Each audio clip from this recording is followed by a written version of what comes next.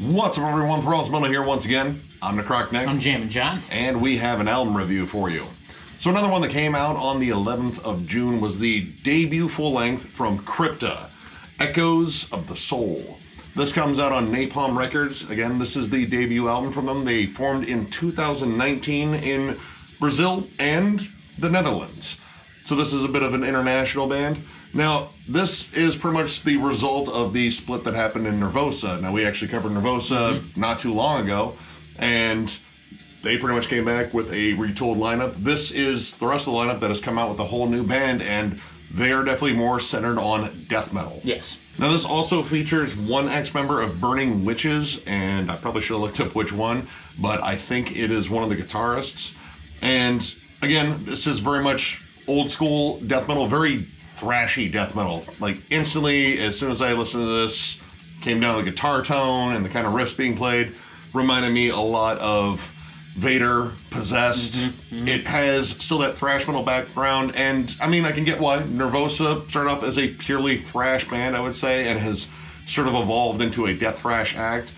This is definitely more death metal, but there's still a load of thrash riffs. Once you get past the intro, Awakening, which it's a little long. There's dripping, there's chains, there's organs. It's like a minute long. So if you would have taken it and shortened it by like half and stuck it onto the first song, Starvation, I think that would have worked better. Personally. Yeah, I mean the creaky door. It's creepy, but I mean there's a lot of bands that do this, and honestly I would skip it. But when you get down to the opening track, boom, thrashy death metal, solid riffs, big nasty leads, which believe me, we are going to get into the lead work on here. So the record pretty much explodes right out of the gate. So after that creepy little interlude, they don't waste any time putting it out there. No, I mean, it is very aggressive. And I mean, it has that thrash aggression. And, you know, as we went on and listened to this, it was interesting to sort of hear this album sort of expand more as it goes on, because the first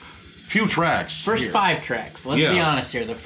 This record, it got really tough to, for me instantly, because I was going to slam it, because it sounded the same throughout the first 5 songs, and I was like, well, if this is what it is, then it's whatever. It sticks to the thrashy guns. It really does, and like the drums follow for the first 5 songs, the drums follow an insanely formulaic pattern. Yes.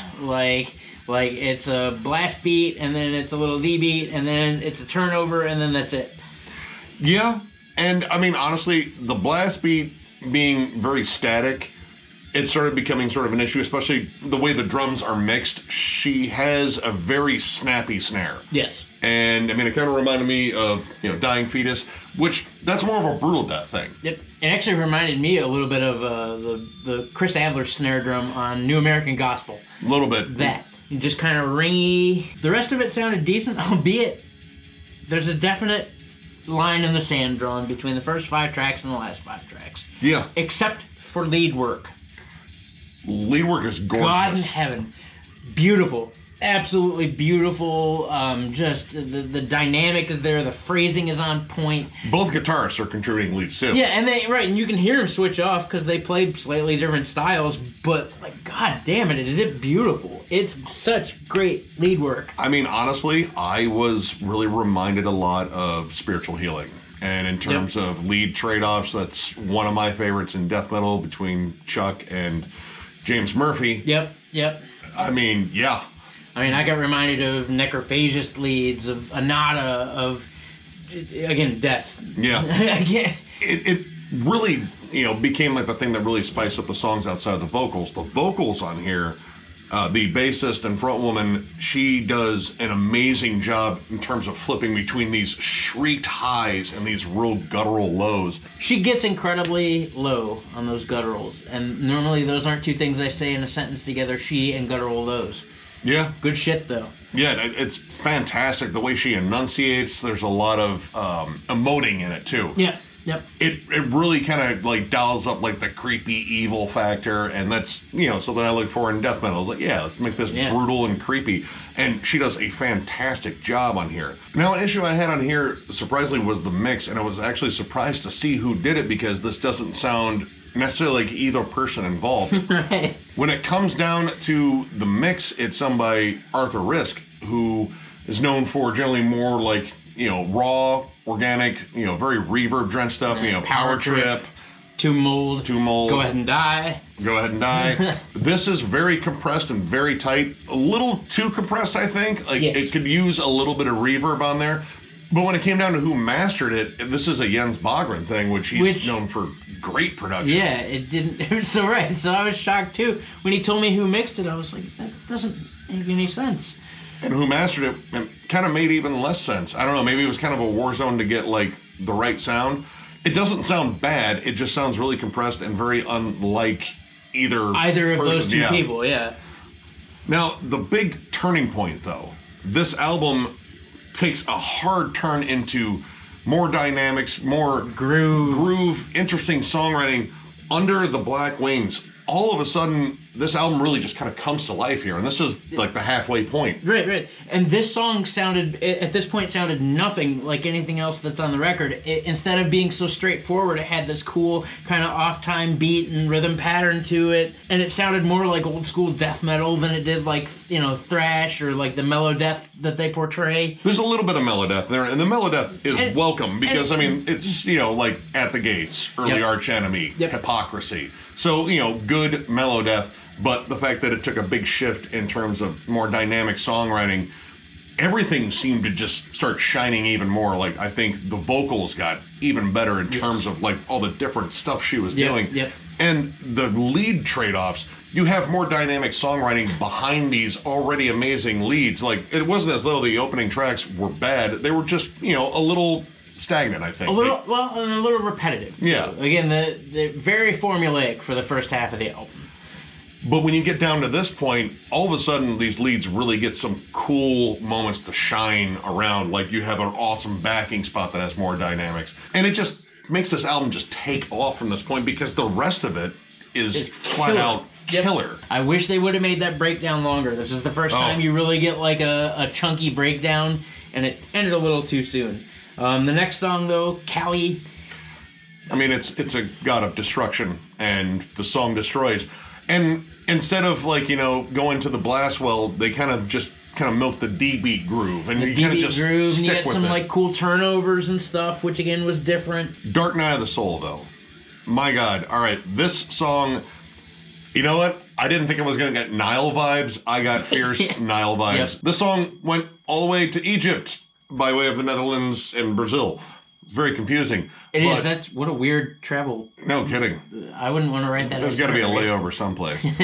But all of a sudden, like, this big Middle Eastern vibe started coming through, these Middle Eastern melodies. Definitely like a Nile type song, but kind of a tamer one, like without George Calais just fucking blasting all over the place. Yeah. This is a groove-laden song. There is a stupid heavy breakdown in it that has one of the best hooks. Oh, yeah. You get this Cannibal Corpse groove, and even the song is longer. Like, this song is constructed really well, and it's epic. Yeah, they dry hump this riff for a while, and that's really cool. Like, the riff work in this is really kind of nasty. And then there's two leads in this song. There's two separate lead parts, and I think both of them solo on both lead parts. Like, it... Really well done song. Very layered. It's a lush song too. Like, this is, I think, one where, like, the production, I don't know, it just felt bigger on this one. I mean, I think there might have been like some keys in the background or like some extra layered guitars, but everything about that song felt bigger than almost everything else on this album. Like, this was the giant epic moment. And honestly, I mean, it could have been the closer, but you still had one more song out there, From the Ashes, which kind of bookended the whole death thrashy sort of vibe on it. And the Cannibal Corpse kind of riffs do pop up on here even in the first half. I thought Death Arcana had some really distinct Cannibal Corpse riffs. I liked. My issue with this album, though, is I feel like if you just kept the opening track and the closing track and then mixed up everything in between, there's a pacing issue here.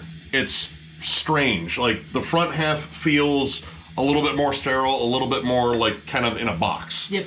And then towards the back half, they just like, screw it, let's just try some different stuff. Yeah, like there's a definite line drawn in the sand. So like there's two things I would have done. Either A, I would have just adjusted the tracking for the album differently, just rearranged some tracks and made it flow a little bit better instead of that cut and dry line in the sand, or release 2 separate EPs. That's kind of where I'm at. I think this works as a whole album. It's just tracked, and maybe not in the right way. Like, in terms of maximum impact, because it wasn't as though like the front half was bad. It was just kind of a little bit more like, you know, maybe generic isn't the right word because that sounds mean, but I mean, it did feel less adventurous than the back half. The back half was where all the fun really happened. Right. A lot of it, I think, was played safe too when it didn't necessarily have to be. Like, I don't want to say played safe as a whole because the leads are not played safe. No. The leads absolutely are played beautiful, with heart. Killer. But the rest of it until the back half of the album is really stagnant. Yeah. So, I mean, and honestly, like, I kind of wonder if this was tracked at different periods. Like, all right, they broke up from Nervosa. They wanted to make an impact with their new band, and maybe they kind of just wrote a little bit more of what they knew before with maybe some of those opening tracks, and then as their sessions they started getting a better feel for each other. Sure, yeah. As they wrote started some bigger songs. Yeah, as they started jamming more together, you know, it happens with anybody new to jam with. Where in the beginning it's kind of like, okay, well, this is what we know. We're just gonna play our safe zones. But like, yeah, as they progressed into the writing experience, and they were like, oh, let's try this. Yeah, and it shows. And I mean, honestly, like that whole back half makes me want to listen to more from this band. Yes. Like, yes. This, I think, is the beginning of something really awesome. There's going to be some hiccups, I'm sure, but there isn't a tremendously big hiccup on here. Like, you have solid songs. And overall, I got to say, I'm going to give this 3.5 stars. This is a solid album. It just kind of takes a while to get going. And when it does, my God, does it take off. Yeah. These songs towards the back half, I can't stress enough how different the vibe is and how much more imaginative the songwriting is. They can write some killer songs. And I was absolutely in love with the lead work. The melodies are solid. The vocal work's great.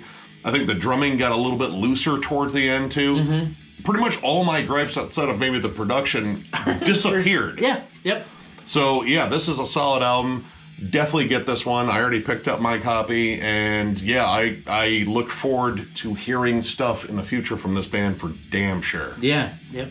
3.5, 2 for me. I mean, I agree with most everything Nick said. I think they played it safe in the beginning, and I think they branched out more towards the end. Like we said, you know, when they got comfortable with each other, they started experimenting a little bit more.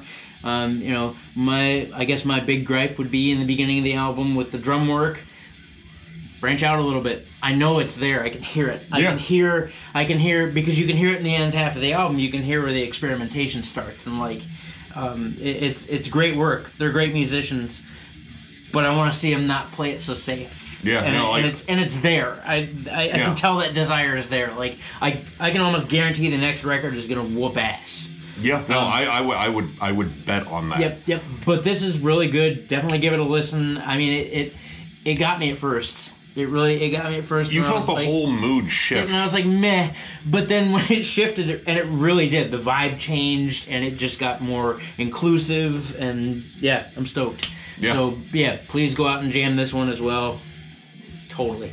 So, if you enjoyed this review, give it a thumbs up. And if you are new to the channel, subscribe, because we do stuff like this all the time. We are also on Patreon, too, so if you'd like to help us out there will be a link below. We have shirts.